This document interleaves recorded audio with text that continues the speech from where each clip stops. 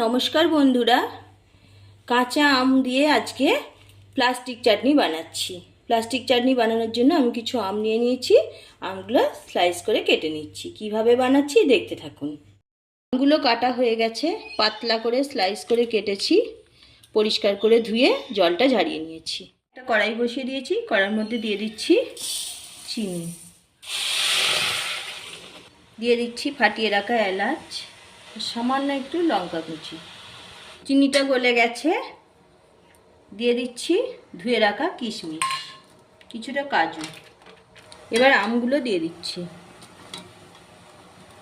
কালারের জন্য দিচ্ছি সামান্য কাশ্মীরি লঙ্কা। ভালোভাবে মিশিয়ে দিচ্ছি। বিট লবণ, সাদা লবণ ভালোভাবে মিশিয়ে দিলাম। 7-8 মিনিটের জন্য ঢাকনা দিয়ে সিদ্ধ হতে দেব।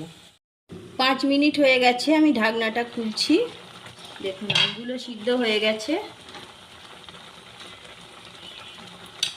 এই পর্যায়ে আমি দিয়ে দিচ্ছি আধখানা লেবুর রস।